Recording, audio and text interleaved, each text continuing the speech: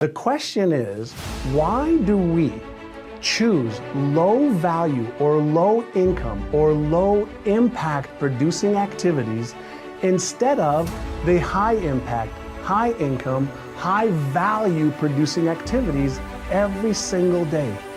Well, the answer is twofold.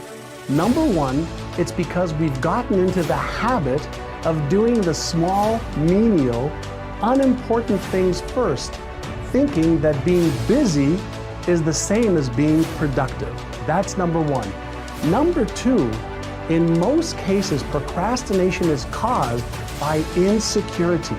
Us either not knowing what steps to take, us not feeling like we are smart enough or good enough, or us feeling that we have to wait for everything to be perfect before we really get busy and do it. The truth of the matter is, those are all lies. They're rational lies, but they're all lies. What I want you to do from now on is every morning when you wake up, before you answer email, before you return any phone calls, make a short list of the 3 most important things that are either highest income for you or highest impact, meaning it's going to give you the biggest impact when you get that done on your productivity. So 3 things every day, and make a commitment, which means to cut off from any other option, to get those 3 things done by 12 o'clock every day. When you develop that new habit, you will then become somebody who not only talks a big talk, which I hope you do, but you actually back it up with the actions required in order to achieve the success you want to achieve. What I've learned over a lot of years is that it's not the smartest people who achieve success. It's the people who procrastinate less, make fewer excuses as they take actions every day towards the goals that they want to achieve. Not necessarily there are more demands, it's just that we're accessible to more demands. And if you don't know what you want, and you don't know why it's a must for you to achieve it, and you don't have a plan, I can promise you something. You're gonna fit in everybody else's plan. And you're gonna wonder why you're stressed. And you're gonna wonder why I'm not fulfilled. What is time? How do you know when it's a long time? Or how do you know when it's a short time? It's not because it's 10 minutes or 10 hours. How many have been in 10 hours and time flew because you loved what you're doing, didn't have any sense of time whatsoever? How many have had that experience? Say aye. How many have had 10 minutes feel like 10 years you want to kill somebody to get out of the situation? So what is time? Time is emotion. Gotta remember that, time is emotion. What you're really managing is emotion. Another word for that would be meaning or fulfillment. Focus is power, but you gotta take it. Take it back, take back that power. And you gotta know when you do have that focus, how to chunk it, how to group it so you're not overwhelmed. Let me show you how to make it simpler. When mass information is coming at you, you get overwhelmed. Most of us are great deletion creatures. We delete most of life. Right now, there are millions of things around you could be focusing on, thinking about, giving meanings to, making decisions about what to do. Millions. And when you think about what it's gonna take to do something, usually it takes a lot and you're not gonna wanna do it. Well, I'll do it when? Later. As my Australian friends would say, later.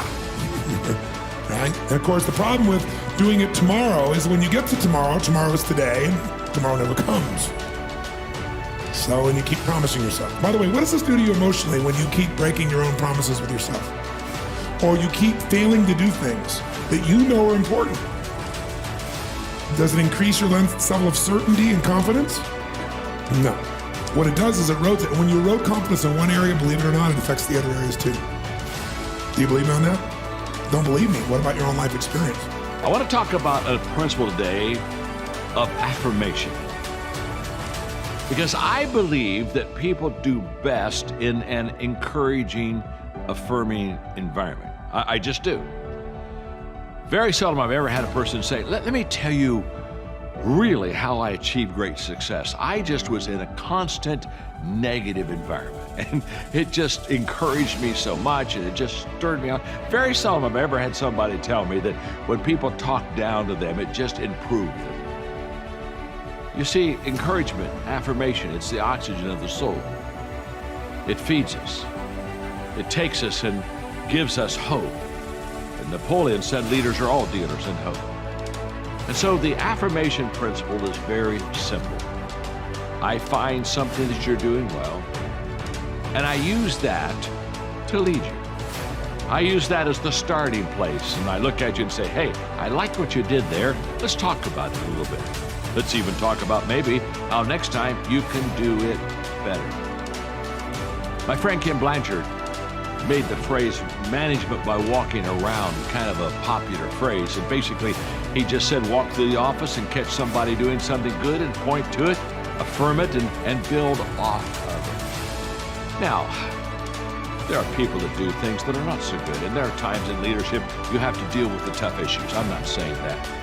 But what I'm saying is this. People go farther, do better, and try harder in an affirming, encouraging environment.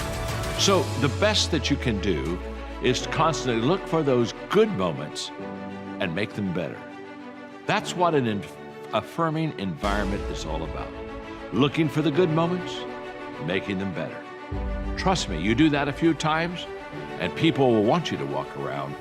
They'll want you to catch them in their good moments because they know that's where they'll get encouraged and that's where they'll get affirmed. Every day, work for 5 hours, the 5 great hours concept, and then pull back and have fun, rest, renew. And then every week, take a weekend off. Every month, try to take a week off. Every year, try to take two months off.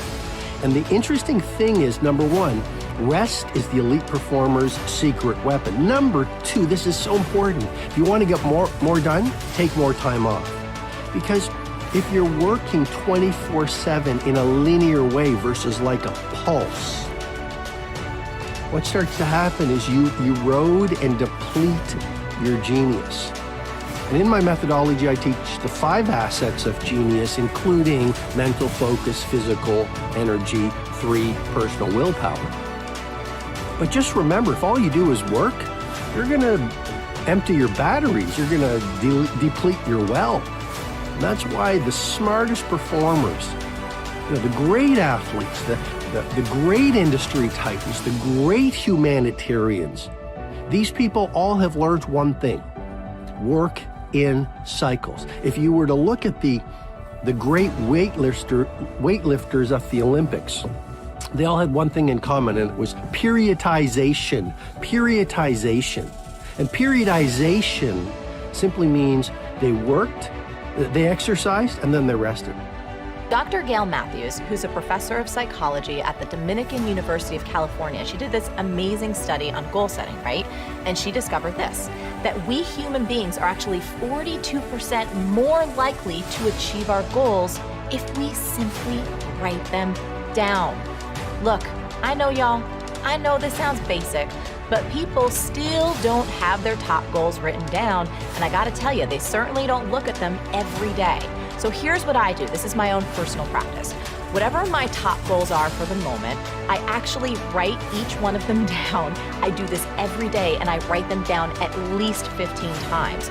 This is exactly what I did when it came to my book, Everything is Figureoutable. I literally wrote, I am a #1 New York Times bestseller 15 times a day, every single day for 18 months. Now, you can say what you want about that, whether it's voodoo. I think it's all about focus. So if you think I'm nuts, I'm fine with that. Most people do. But once I did this every single day, it helped me keep my top focus top of mind, right? So you can do this too. And if you're truly serious about achieving your goals this year, please make sure that you actually write them down. And I would encourage you to write them down daily.